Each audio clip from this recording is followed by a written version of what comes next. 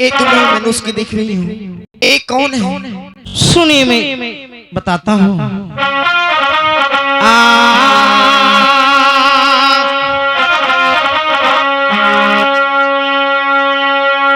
आज हमारो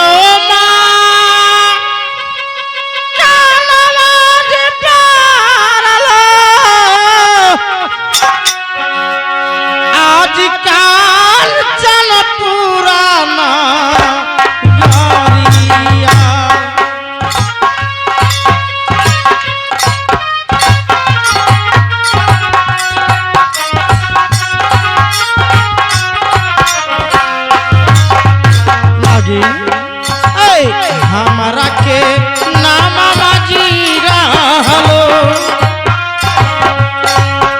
अब हमारा के नाम जीरा हलो। आज काल चल सिंहा जी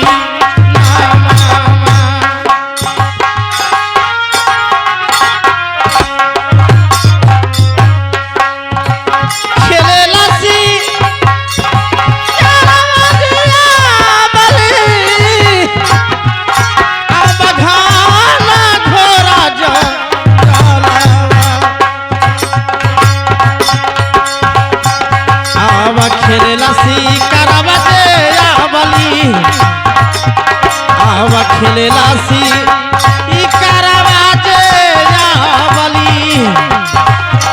आज घाना घोरा देखिए, मेरा मकान कंचनपुर नगर में पड़ता है और हमारा नाम कंचन सिंह है। और मैंने शिकार खेलने के लिए एक घना घोर जंगल में आया था, तो नागराज ये हमारा रास्ता पर थे। इनको बार बार मैंने समझा रहा था कि हमारे रास्ता में से हट जाइए, मैंने आपको कुछ नहीं बिगाड़ूंगा। मैंने तो शिकार खेलने के लाया हूँ, शिकार खेलकर एक कंचनपुर में चला जाऊंगा। लेकिन ये हमारा बात नहीं माने तो क्या हुआ जी सुनिए।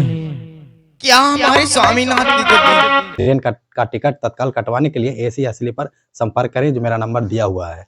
तो सही रूल नियम के अनुसार कटवा रहा है। तो आप लोग है कि कंफर्म होने के लिए हिचकिचाएं नहीं। जिनको भी आना होगा पटना या पटना से कहीं जाना होगा, पूरे इंडिया में ट्रेन का सफर करते हैं, ट्रेन का टिकट तत्काल कटवाने के लिए एसी या स्लीपर संपर्क करें, जो मेरा नंबर दिया हुआ है। चलिए दोस्तों, तो हर कहानी को मैं फरमाइश को पूरा करता हूं। तो मेरे चैनल पे पहली बार होंगे तो मुन्ना म्यूजिक प्रोग्राम को सब्सक्राइब कर दें, साथ में बेल आइकन दबाना ना भूलें। वीडियो अच्छा लगे तो कमेंट करके जाएं और अगले कहानी का फरमाइश करें, ताकि मैं वही अपलोड करूं। क्योंकि सरस्वती पूजा नजदीक में आ रहा है, सरस्वती पूजा का भी प्रोग्राम सट्टा लिखा। और मेरा एक फेसबुक पेज है, वो भी जाकर फॉलो कर लें, मुन्ना म्यूजिक प्रोग्राम। तब तक के लिए जय हिंद, वंदे मातरम।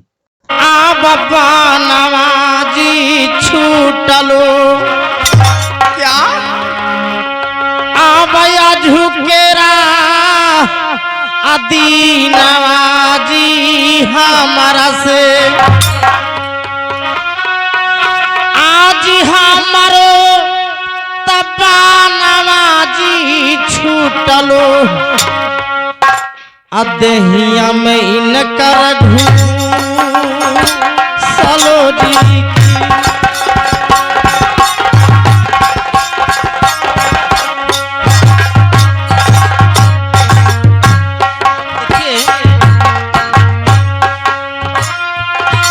गलती के माफवा कर दा, हिया झुके नवाजे हमारो। गलती के माफवा कर दा, हिया झुके नवाजे हमारो। गलती से बनवाजी छूटलो हमारा मुझे।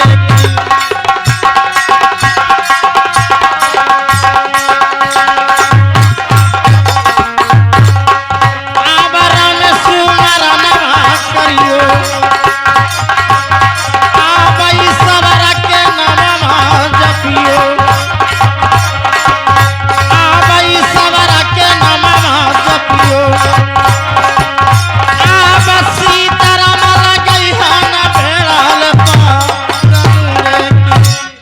सुनिए, एक गलती से मेरा बाण छूट गया, आपको स्वामी को हमसे प्राण छूट गया। दुष्ट पापी, हमारे स्वामी की तुम मारा है। सुनो,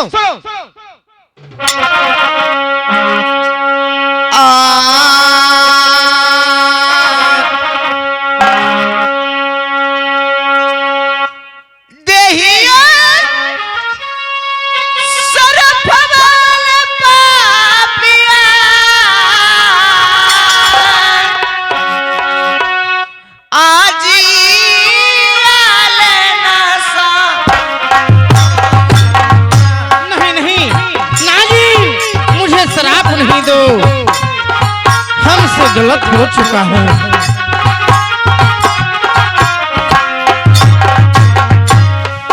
मैं गोड़ पड़ता हूँ।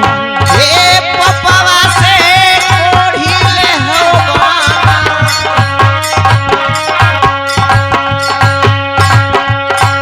ये पपवा से कोढ़ी तू होवा, आजी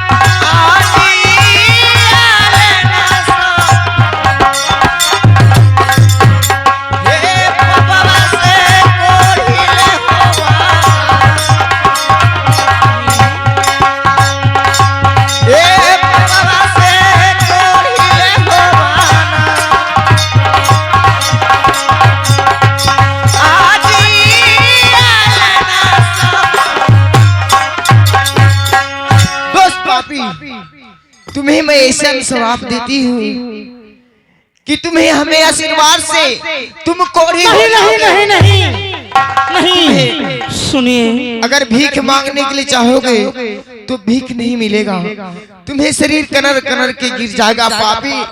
नहीं नहीं, सुनिए, मुझे माफ कर दीजिए, एक बात मेरा सुन लीजिए।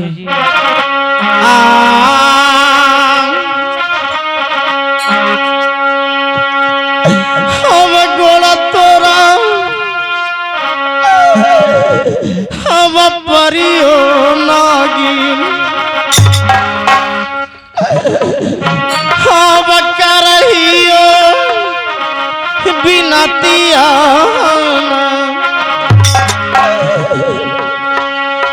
हर इतना भारी सराफवा जी का है, हमारा नागिन दे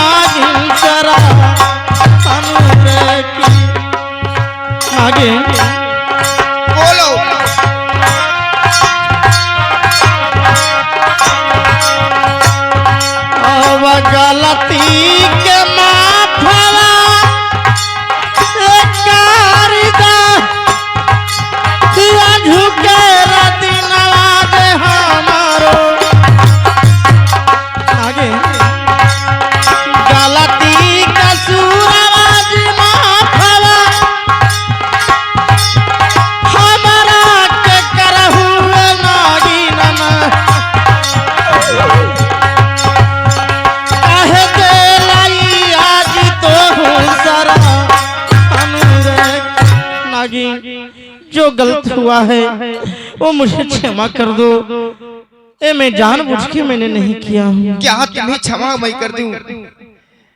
नहीं,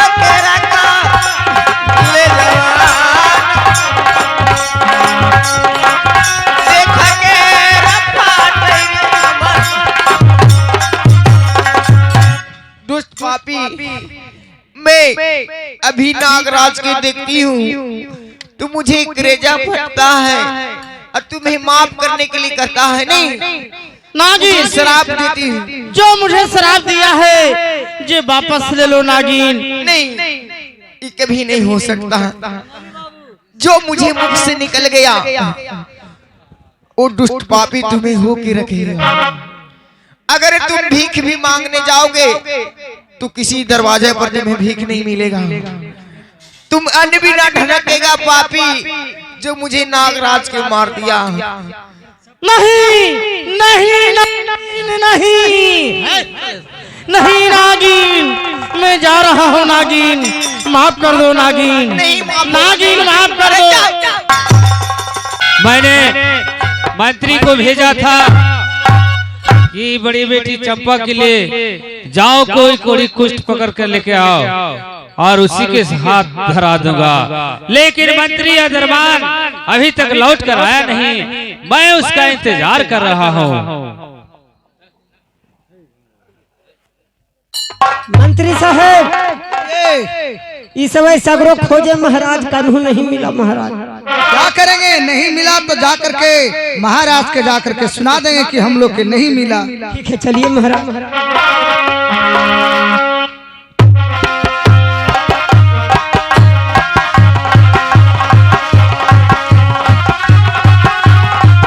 प्रणाम सरकार।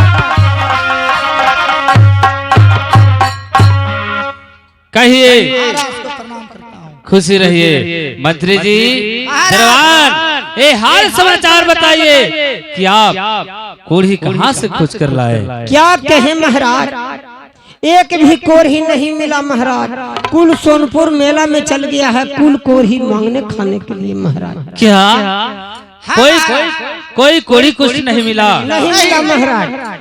ठीक है, अगर नहीं मिला तो कोई बात नहीं, लेकिन मैं सोच रहा हूँ बैठे बैठे कि छोटी बेटी चमेली है, उसके लिए कोई अच्छा घर भर खोजिए। उसके साथ मैं बेटी चमेली को विवाह करूंगा और चंपा बेटी देखेगी कि मैं भी पिताजी को बात मान लिया होता तो आज हमें पिताजी चमेली से पहले हमें खुशी खुशी से विवाह करते, लेकिन मैंने पिताजी का बात माना नहीं। तो हो सकता है कि फिर बेटी चंपा हमारे बात को मानने लगेगी।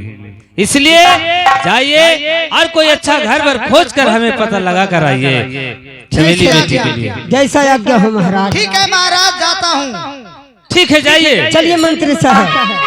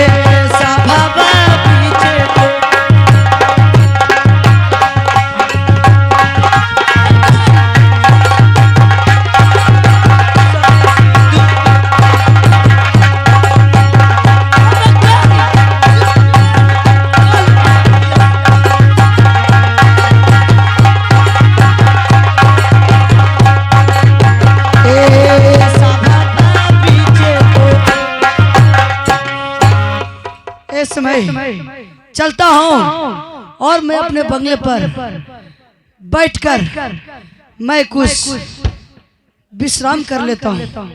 ठीक है। मेरा ही नाम सुंदरपुर का रहने वाला राजकुमार। तो इस समय चलता हूँ और मैं अपने बंगले पर बैठकर विश्राम कर लेता हूँ। चलो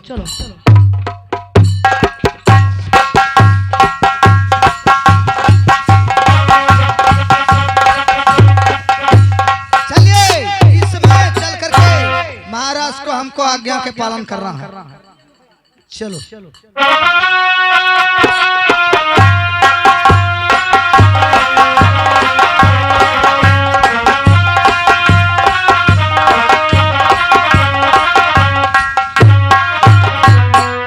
सुंदरपुर पहुंच गए हैं महाराज। तो सुंदरपुर पहुंच गए हैं। तो कह रहा था कि बड़ी नामी गामी लोग हैं, बहुत पढ़े लिखे हुए हैं, तो चल करके उनको से मिला जाए। यहाँ के राजा हैं, उनको दरबार पर चलिए तब पता लगेगा। ठीक है चलिए महाराज।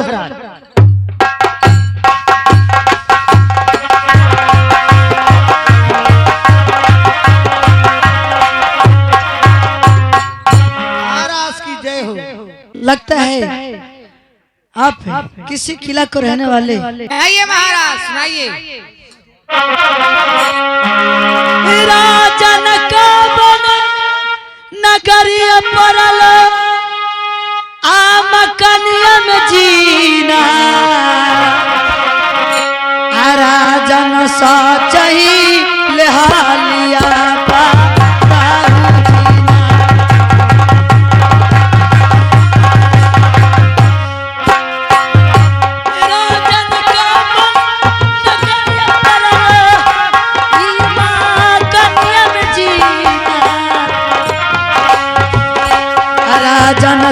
चाहिए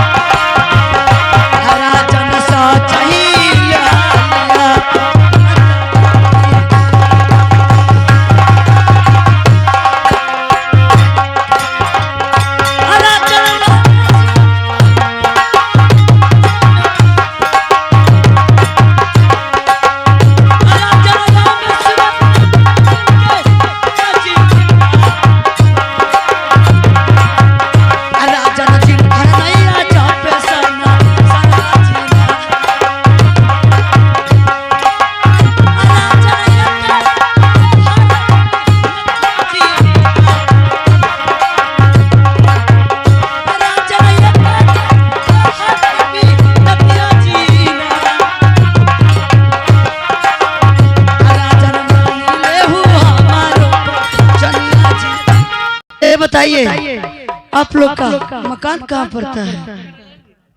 ठीक है महाराज मैं सुना रहा हूँ।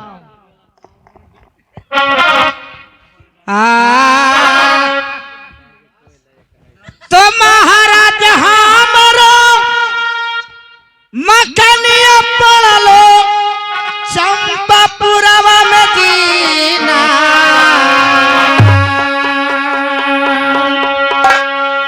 महाराज हमारो मकानिया पड़लो चंपापुरवा में जीना राजा जियो हमारे रहली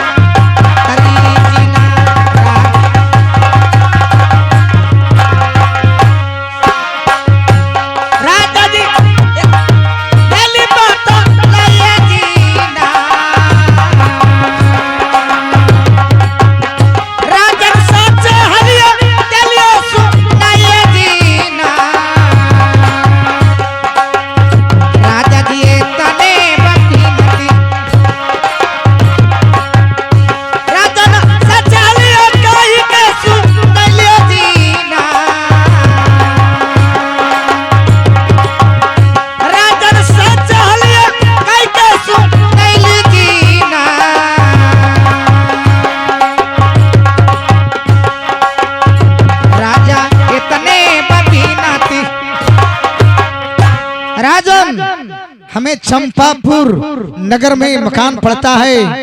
मैं ओहे के चंपापुर के राजा को हम मंत्री हैं। ये आपको पास हमें मालूम हुआ है कि बहुत विद्वान है, बहुत पढ़ लिख करके, इस कारण से मेरे महाराज को एक पुत्री है, तो स्वयंवर रचाए हैं शादी करने के लिए महाराज। तो इस समय ये आपको पास ये हम लोग खोजने के लिए आए हैं। एक चंपापुर राज्य में भाग विधाता को एक बच्ची है, उसी को स्वयंवर रचाने के लिए आए हैं। हाँ महाराज, इसीलिए तुम हमारे पास खबर लेकर आई हो। हाँ तो ठीक है, मैं उस स्वयंवर में आऊंगा और जिस लड़का को आप खोज कर रहे हैं वो लड़का मैं ही हूँ और कोई और नहीं है। आप ही हैं? हाँ जी बोलिए। ये बताइए, आप पढ़े लिखल भी हैं? आप पढ़ा लिखल है? कम क्लास में पढ़ते हैं? 10वां पास है। 10वां पास है? हाँ जी। अच्छा ठीक है, कुछ सवाल पूछ सकते हैं? पूछिए, जौन सवाल आपको मन में है पूछिए, खुल कर पूछिए।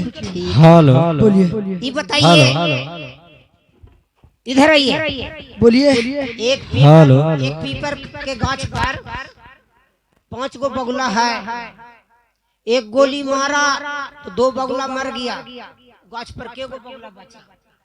नहीं बचा, क्योंकि वो आपको गोली छोड़ने से पहले ही वो आवाज सुनकर वो सारा उड़ जाएगा। वाह बेटा, पढ़ लिखल बहुत तेज है। एक सवाल और है, पूछिए। एक कुआं में 5 गो बेंग है। एक ईंटा पटक दिए तो 2 बेंग मर गया, बाकी कुआं में के बेंग बचा? 5 गो। कैसे? पाँच उसी में ना है, बाहर नहीं ना निकला है। शाबाश मंत्री साहब, क्या लड़का बहुत होनहार है, इसको नौकरी लग जाएगा बेटा। और कुछ पूछने के लिए नहीं, और क्या पूछेंगे? इतना सवाल पूछ दिया, जवाब दे ही दिए, तो फिर क्या? हमारे साथ चलिए, पकड़ के ले चलिए लड़का को। चलिए, आप ही ऐसा तेज तराक को लड़का को मैंने खोजने के लिए चले हैं। पकड़ कर क्यों हमको लेकर चलेंगे? नहीं आगे चलिए। पकड़ करके नहीं, आगे आगे चलिए, हम लोग पीछे से दरबार बोल रहा है कि ये लड़का को पकड़ के लेकर चलेंगे। नहीं नहीं राजन, चलिए, इसमें आप ही जैसा का खोज है। चलिए चलिए, इस समय रास्ता में लिट्टी चोखा चलेगा? हाँ चलिए।